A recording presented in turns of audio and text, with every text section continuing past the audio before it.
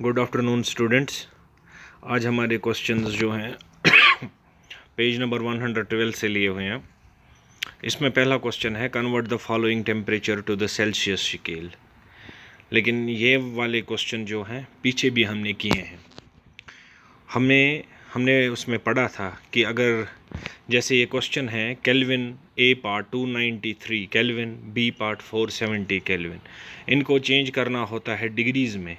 तो इसके लिए एक फार्मूला है, हमने उस वक़्त लिखा था कि इसमें जितना भी अमाउंट हो केल्विन का उसको 273 से माइनस करते हैं, और अगर डिग्री वाला केल्विन में चेंज करना हो तो उसको प्लस, वाइस वर्सा केस है ये। पहला क्वेश्चन इसमें यही है 293 केल्विन 470 केल्विन, इनको डिग्रीज़ में बनाना है। तो 293 माइनस 273 बन गया 20 डिग्री सेल्सियस। इसी तरह B part 470 kelvin is equal 470 minus 273 is equal 197 degree celsius. यानी कि केल्विन को डिग्रीज़ में कन्वर्ट करो तो माइनस करना है 273। इसी तरह question number 2, convert the following temperatures to the kelvin scale. देखिए, A part 25 degree Celsius, B part 373 degree Celsius. अब ए पार्ट में क्या करना है, ये जो कि सेल्सियस करना है केल्विन स्केल में कन्वर्ट, पहले माइनस करना था, अब प्लस 273 करना है। जैसे 25 डिग्री है तो प्लस करो 273, ये बन गया 298 केल्विन। इसी तरह 373 डिग्री सेल्सियस, इसको प्लस करो 273 तो बन गया 646 केल्विन। ठीक हो गए ये दो। इसके बाद क्वेश्चन नंबर 3, इसका रीज़न बताना है। जो पीछे हमने पढ़ा है उसी पर है ये, क्योंकि अब ये लास्ट एक्सरसाइज है। बाकी जो अभी तक पढ़ा है उसी पर ये डिपेंड करते हैं सारे क्वेश्चन जो भी हैं। Give reasons for the following. A part है इसमें naphthalene balls disappear with time without leaving any solid. ये ऊपर ए और बी पार्ट जो है वो क्वेश्चंस हैं।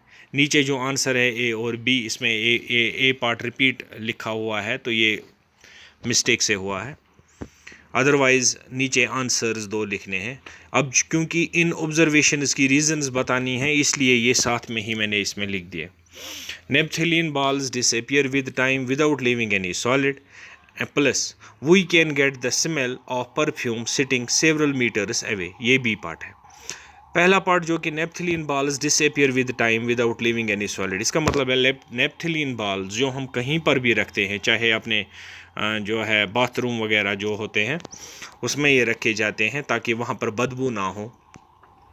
तो हम अक्सर ये पाते हैं कि हम वो नेप्थलीन बॉल्स तो वहाँ पर रखते हैं लेकिन वो डिसअपियर आहिस्ता आहिस्ता गायब भी हो जाते हैं, लेकिन वहाँ पे उसकी जगह कोई सॉलिड बचा नहीं होता।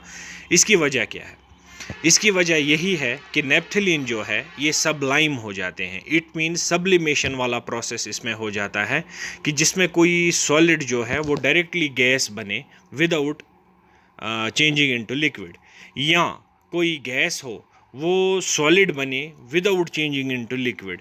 इसी तरह से इसमें जो है ये जो नेप्थलीन बॉल्स होते हैं ये वेपर्स में बन जाते हैं मेल्टिंग के बगैर। मतलब ये मेल्ट नहीं होते बल्कि सबलाइम होते हैं। सबलाइम मीन्स ये डिसअपियर होते हैं, सॉलिड से डायरेक्टली गैस बनते हैं। नेप्थलीन बॉल्स जो होते हैं वो सॉलिड होते हैं लेकिन डायरेक्टली ये बनते हैं गैस, इसीलिए वहाँ पर कोई सॉलिड रहता नहीं, ना ही ये मेल्ट होता है। विद हवा, विद जो विंड है, एयर है, उसके साथ ये डिसअपियर हो जाता है। क्यों?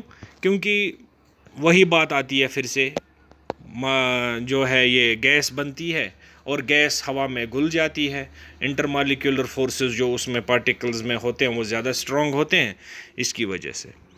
दूसरा पॉइंट ये है कि हमें परफ्यूम की स्मेल मिलती है बड़ी, अगर कुछ मीटर्स की दूरी पर भी हो इंसान, किसी दूसरे ने वो जो है कोई दूसरा पर्सन जो हमारे सामने इर्द गिर्द होगा वो अपने ऊपर परफ्यूम फेंकेगा तो हमें भी उसकी वो सुगंध आएगी। ऐसा इसलिए होता है क्योंकि जो वो परफ्यूम है, गैस है, उसके जो मॉलिक्यूल्स हैं वो हाई वेलोसिटी के साथ मूव करते हैं, यानी कि उनकी स्पीड बहुत ज़्यादा होती है जब वो मूव करते हैं। वो मूवमेंट उनकी जो है वो हर डायरेक्शन में होती है। इस मूवमेंट को हम डिफ्यूजन बोलते हैं। ये डिफ्यूजन जो प्रोसेस है ये लिक्विड में भी आता है और गैसेस में भी आता है। हाउएवर इन सॉलिड्स डिफ्यूजन जो है वो बिल्कुल लो होता है, क्योंकि उनके पार्टिकल्स आपस में जो है स्ट्रॉन्गली क्लोज्ड एसोसिएटेड होते हैं, इसमें नहीं है। इसलिए जो परफ्यूम जो गैस होती है वो कोई एक बंदा इस्तेमाल करे तो सामने अगर दूसरा बंदा हो तो उसको खुद ब खुद स्मेल आ जाती है कि सामने वाले बंदे ने जो है परफ्यूम का इस्तेमाल किया है। उसके बाद question number 4, arrange following substances, यानी कि कुछ चीज़ें दी हुई हैं जैसे वाटर, शुगर और ऑक्सीजन, इनको इंक्रीजिंग ऑर्डर में रखना है कि फोर्सेस ऑफ अट्रैक्शन जो होती है मॉलिक्यूल्स में, जैसा हमें अभी पढ़ा कि सॉलिड में बहुत जो है बहुत ज़्यादा होती हैं, और जो शुगर है वो सॉलिड आ जाएगा इसमें, और ऑक्सीजन जो है गैस है, वाटर तो लिक्विड है। तो हमने अभी पीछे क्वेश्चन नंबर 3 में पढ़ा था इसमें कि जो बी पार्ट है इसमें हमने पढ़ा था गैस जो परफ्यूम होती हैं ये बहुत ज़्यादा हाई स्पीड के साथ फैल जाती है, जिसको हम डिफ्यूजन बोलते हैं।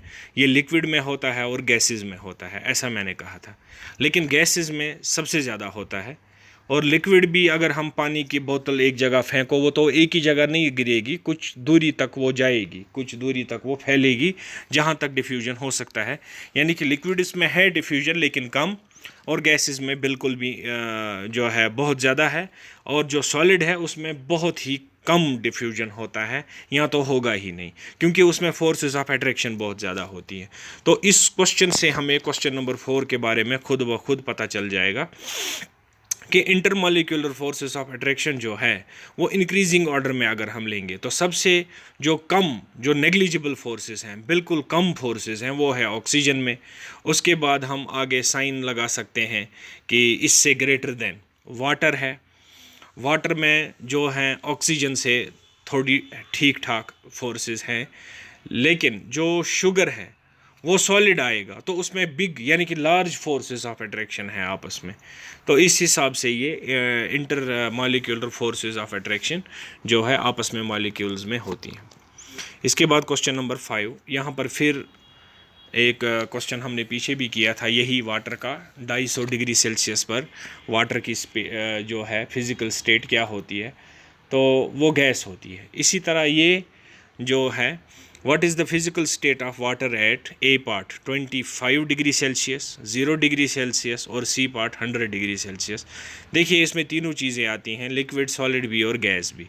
अब हम देखें A part at 25 degree Celsius, water जो होता है हमारे 25 डिग्री सेल्सियस तो हमारे रूम का भी टेम्परेचर होता है 25 से लेकर के 30, तो यहाँ गर्मियों में 30 से 40, लेकिन फिर भी जो लिक्विड होता है वो लिक्विड ही रहेगा।